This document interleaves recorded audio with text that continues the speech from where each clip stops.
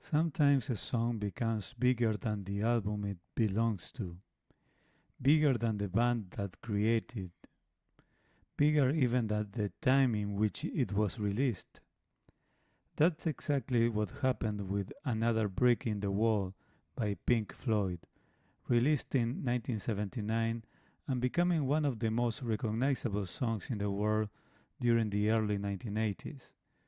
Most people associated Pink Floyd with long progressive rock compositions, concept albums, and philosophical lyrics. But with this song, they created something completely different. A simple rhythm, a children's choir, a short guitar solo, and a message that millions of people immediately understood. This podcast episode explores how Pink Floyd created one of the most unusual number one hits in rock history, a song that criticized the education system and became an international anthem of rebellion. Because sometimes a song doesn't just entertain, sometimes it challenges the way society works. Another Brick in the Wall is part of The Wall, Pink Floyd's 1979 concept album created mainly by Roger Waters. The album tells the story of a character named Pink, a rock star who slowly builds an emotional wall around himself after experiencing different traumas in life. Each negative experience becomes another brick in the wall, a metaphor for emotional isolation. The album explores themes such as childhood trauma, strict education, war and loss, fame and isolation, and emotional detachment. It wasn't just a collection of songs, it was a story from beginning to end. And Another Brick in the Wall, Part 2, became the most famous chapter of that story.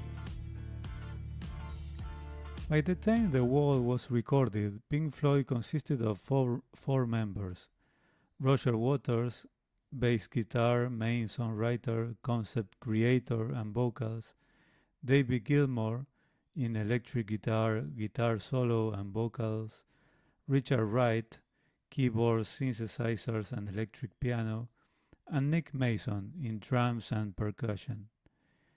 In Another Brick in the Wall, Part 2, specifically, Roger Waters plays bass guitar and sings lead vocals. David Gilmour plays the famous guitar solo and rhythm guitar.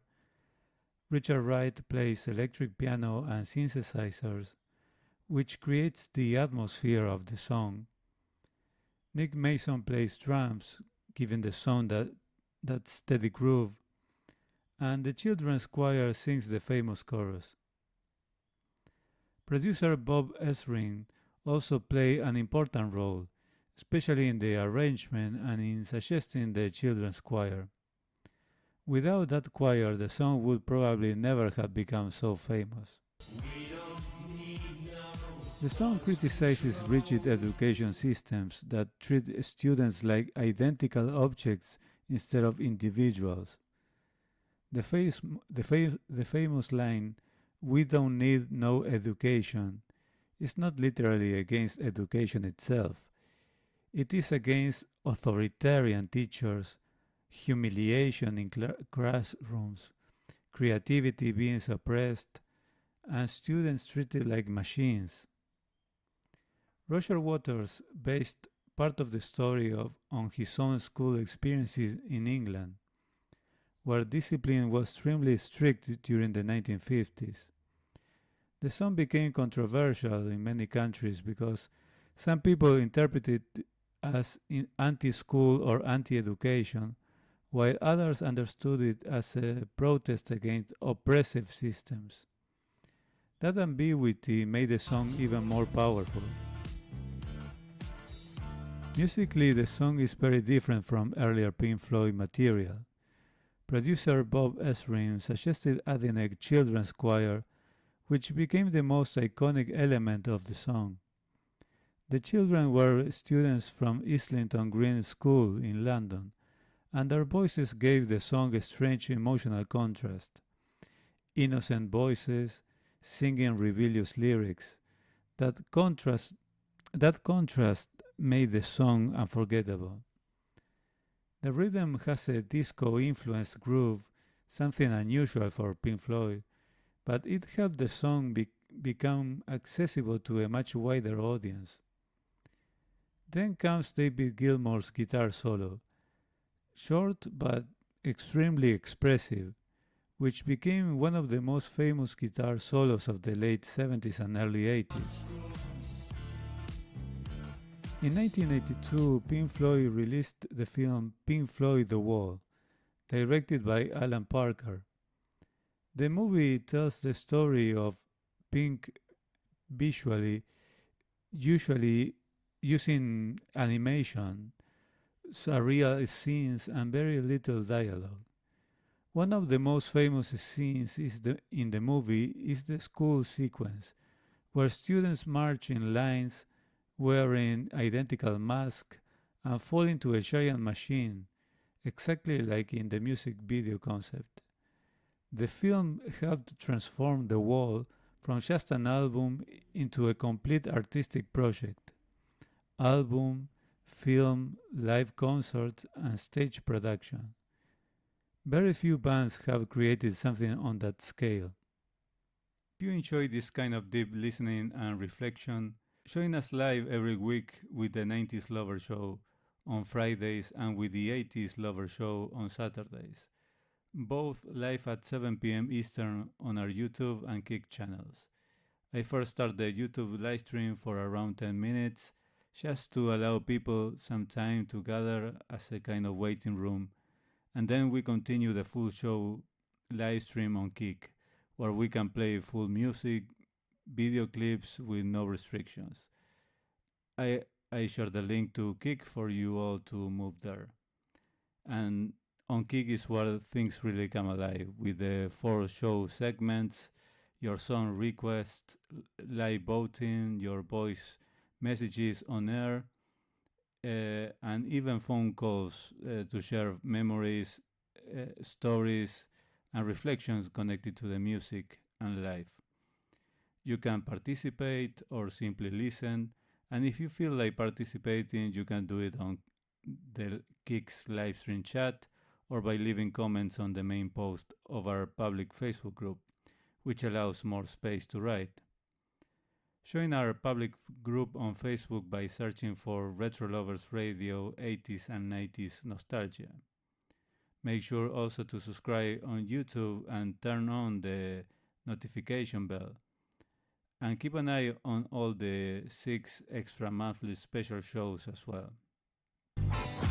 All in all, it's just another break in the wall.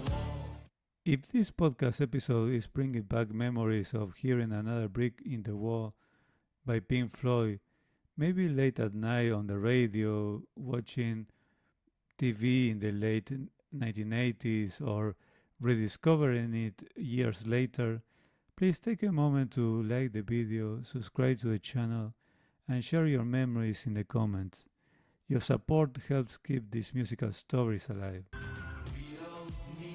Alright, let's continue. After the Pink Floyd split and Roger Waters left the band in the mid-1980s, there was a lot of tension and legal disputes over the band name and the rights to The Wall. But one of the most historic moments related to this song happened in 1990, when Roger Waters performed The Wall live in Berlin. This concert took place shortly after the fall of the Berlin Wall, and the symbolism was incredible. A giant wall was built on stage and slowly destroyed during the concert, just like in the original Wall shows. More than 300,000 people attended the concert, and became one of the largest live concerts in history. Another brick in the wall suddenly had a new meaning, not just about school, not just about personal walls, but about political walls and divided countries. After Roger Waters left Pink Floyd, David Gilmour and Nick Mason continued using the Pink Floyd name, which caused a major legal conflict. Roger Waters believed The Wall was his concept and should not be performed without him. Meanwhile, the remaining Pink Floyd members continued touring and playing Pink Floyd songs, including material from The Wall. For many years, fans were divided. Some supported Roger Waters, some supported Pink Floyd without Waters, some just wanted the band together again. Eventually, all members reunited briefly at Live 8 in 2005, one of the most emotional reunions in rock history. But the tensions around The Wall and its songs lasted for decades. So, why the song endures? Well, more than 40 years later, the song is still instantly recognizable. Part of its longevity comes from its universal theme. Almost everyone has experienced street teachers, school pressure, authority figures, feeling misunderstood, and wanting independence. The song speaks to that universal experience of growing up and questioning authority. And the chorus remains one of the most recognizable in music history. Sometimes music becomes nostalgia, sometimes music becomes memory, and sometimes music becomes a statement. This song became all three. So now I would love to hear your memories. When did Another Brick in the Wall by Pink Floyd first enter your life? Was it on the radio, on MTV, from your parents' record collection, or maybe much later when discovering classic rock? And when you hear that children's choir today, does it take you back to a specific moment? Please share your story in the comments, because every listener remembers where certain songs first found them. Music sometimes entertains us, sometimes it comforts us, and sometimes it challenges the world around us. And in the case of Pink Floyd, this was not just a song, it was a message, a protest, a story about growing up and building emotional walls. So, do you remember now? This music gave you joy. Now allow this moment to receive that feeling again. Alright, everyone. Thank you so much for being here and listening until the very last second of each episode. That helps a lot. And so, see you all in the next one.